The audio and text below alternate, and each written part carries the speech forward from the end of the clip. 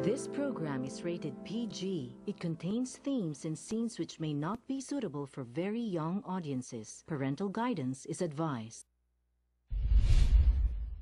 Be advised that the views and opinions of the hosts and guests do not reflect those of the station.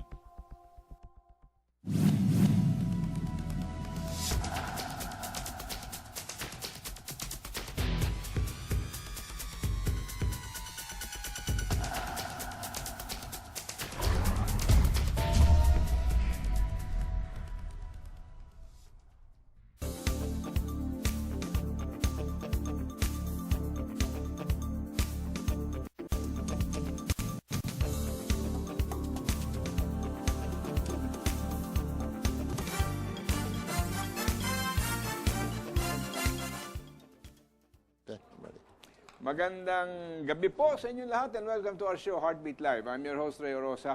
Pag-usapan natin ngayon ang mga umaapoy na issue dito sa ating bansa. Alam po ninyo, ngayong gabi, inanyayahan namin somebody who lives in the heart of Mindanao. Siya'y taga Davao, kababayan ng ating Pangulo. Pero matagal ko na rin kaibigan at alam ko na meron siya mga tinutulak na mga progresibong mga ideya. Kaya inanyahan namin dito para makausap natin. At so, welcome, Kuya Lito. Thank you for being here. Thank you. Salamat naman, Kuya Ray. And thank you very much for inviting me. At saka, I'd like to greet the people in Davao. Maayong gabi sa inyo tanan. Maayong ta kung namati mo din sa amo karon o kamo mga ilungguda. Ang gabi sa inyo. Dason sa akong mga amigo sa Mindanao. Good evening to all. Okay, wonderful. Alam mo, Kuya Lito, ang pinag-usapan natin, sana pag-usapan natin ngayon is martial law. Tell me, what is your experience been in this partial martial law in the totality of Mindanao? No, sa totoo lang, Ray, parang walang martial law, okay? Because, you know, I was already a professional working during Marcos regime in 1972. I was already working, and we were the people who went around protesting against the Marcos regime. And in 1972, when they declared martial law, there was the abuses, the killings, etc. Part of which he created. Part of which he created. But this time, wala. You go to Davao, parang wala. You go all over Mindanao, parang wala. So basically, martial law is a very benign thing here. What I can see is then that, you know, I can compare it in 1972 at saka karon ngayon in May of 2017. The difference is huge. Okay? But why then did he declare martial law over the entire Mindanao if the problem was only in Marawi? That's the prerogative of the president. I did not say it was not. No, I'm just asking what your ideas might be. Well, about my ideas is really, it's really, I'm ambivalent. Okay, I'm ambivalent. Okay. I'm conflicted. Because in Davao City alone, there is really no call for it. And right now, it's as if there is none. Okay. Siguro So, tahimik. Tahimik. Ay, ba't tahimik eh? In Marawi, really, this calls for really martial law. Okay. But I don't know, maybe the spillover of, if I were to think into the mind of the president, maybe he is thinking na we have to have martial law in order that this will not spill over into the other cities, no? And cities, towns.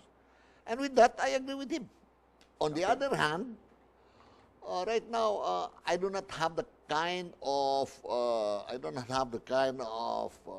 uncomfortable level as compared when we were under martial law in 1972. Okay, let me ask you a question. Bakit inaabot ng ganito katagal ang problema sa Marawi? Hindi kaya yan more susceptible to for encirclement so that walang makapasok na sandata, walang makapasok na mga kaaway, at saka I had the privilege. Alam mo, Ray, I had the privilege of being given an idea, or there were people who went to us, mga kasama ko sa US noon who give us an idea of what this is all about. No, you see, our southern border is very porous. And ang Marawi, ang likod niya, ang dagat. Kaya nga, Ang kabila nun is Lanao del Sur Yes. and Lanao del Norte. Yeah, but you see, accordingly, there is a possibility, just a possibility, that there could be people, foreigners, who may go and help. Now, that is not proven. And I don't believe that there is a large number. Well, I don't know, but they already killed the Malaysian there. Yes, one Malaysian does not make a Malaysian army, or one Jakarta guy will not make Although ISIS army, di ba? There have been some news reports of seeing other foreign fighters there. Not too many, maybe a dozen or so. Palagay mo nang totoo yung news reports na yun. If it is true, then there must be some people there who came in, pero as a matter of ISIS policy that they're going to bring there, I don't think so. Now, when you ask me, bakit ganun sa Marawi, you see, the funny thing is that I think those people have been engrossed there for quite some time. And then they have relatives there. You know, this is one. Marawi and the people in the Muslim brothers and sisters, they're one of the most neglected people. So it's a question. This problem of Marawi and all this is basically a problem of governance, okay? Bad governance, okay? Over the decades, centuries. Alam mo, nasasabihin ko dito sa iyo, no? I agree with you that it is a problem of bad governance.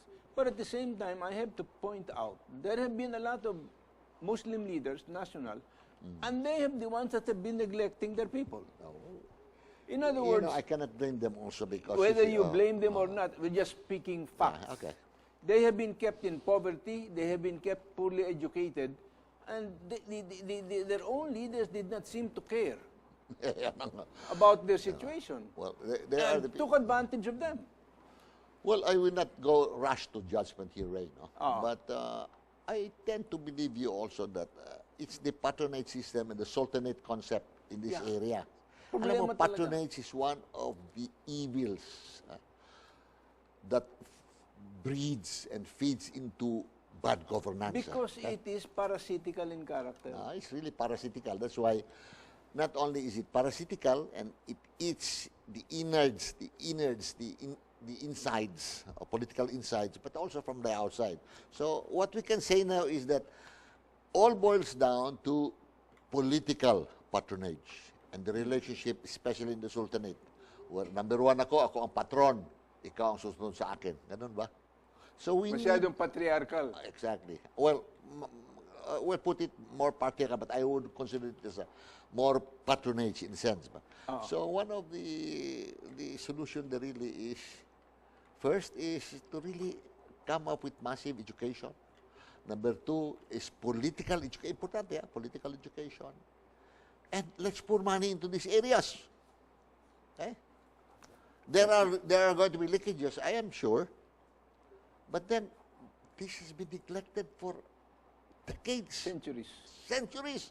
Pero alam mo, kasi tinan mo, panahon pa ni FBR, I sponsored a symposium on Mindanao. Ganun, ha? We invited the representative from MNLF as well as MILF. And at that time, the one that came for MNLF was Bong Parcasio. Si Bong, he was the one. At that time, he was the vice chairman of MNLF. And he was the chief of staff of Ms. Ware. When he spoke, he kind of floored us. What did he say? Kasi sabi niya, you know, the first almost 1 billion of money that was given to us for the MNLF, we don't know what happened to it. That's probably right. And naturally, kami napatangang gano'n, no? But basically, it was a severe indictment. And this has been a historical problem of leadership in Mindanao. Yeah. Even times when, for example, amnesty, surrender ng firearms. Darating yung leader, I have 150 followers, so here are the firearms, give me the money. But it never gets to the people. Yeah. So this is not just a Muslim problem, okay? That is all happening all over. Even the Christians do that also. So it is the corruption that pervades. You know? It's just a question of degrees. No, it's more maybe in among Muslim brothers because they're the most neglected. Not like here in Manila. We are not neglected here in Manila, so we don't have that kind of problem. So that's why, as I've said, and I will go back again to my mantra, you have to allow the periphery to develop themselves. You have to allow the periphery to flourish. And the way they only do that is through federalism. Yeah. And we have been talking about that for the past 40 years. Alam mo, But we should discuss that mamaya, Ray. even during the time of that symposium na sinabi ko sa iyo, we gave a set of recommendations to the President. And one of that is what I wanted to, because you touch on the raw nerve. You touch on the raw nerve of education. Yeah. Mindanao and the Muslim areas have remained poor because the traditional leaders kept the people ignorant. Exactly. Okay? And Yung so sabi ko I na said yung sabi ko na patronage yun. it's part of the patronage system. And what we were recommending was set up a $100 million fund to educate Yan. I agree with the Muslim poor so that they can have a chance at really gaining good livelihood, going into business without always having to bow down and kowtow to the traditional forms of leadership where, alam mo kasi sa Muslim system, the people cannot even own land. It's all owned by the Sultan. And you only pay tribute for the use of the land, but it's never yours. It's very medieval nga. That's why I've said we have to correct these medieval practices. We understand that. Medieval practices in modern times are totally irrelevant and contradictory. Okay? And so many things. I just caught on the education, political education as one of them. But that is not even enough. You have to put the necessary ingredients. You have to put also let's say infrastructure, for example.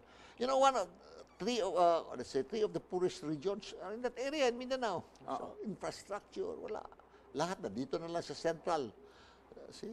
Kasi naman ang nangyayari din, when every time the Manila government will try to put some infrastructure, inaatake naman. So, hindi rin matuloy-tuloy. That's one. Hindi na totoo yun. Hindi na totoo yan. There is really a bias. That's why in a unitary system like ours, there is really a bias because the authority and the power is centralized. It's really in the center. Diba? The supreme And none of the sovereign is in the center. Let us share with the periphery. none of the Muslim leaders and senators and congressmen could change that. Not individually. You know, it's not a question of one, just individual changes here. It is, as I've said kanina, it's systemic. We have to understand that it's systemic. This is a problem of system, and we look into it as a system. Okay. It's not individuals, okay? Yeah, but all I'm trying to say also is this. If the Muslim areas were neglected, I can point to you at least 20 other places in the Philippines where they were just as neglected. Yes. In other words, it was not at pointing to them simply because they were Muslim. Yes, exactly. That's what I'm saying. I'm saying is that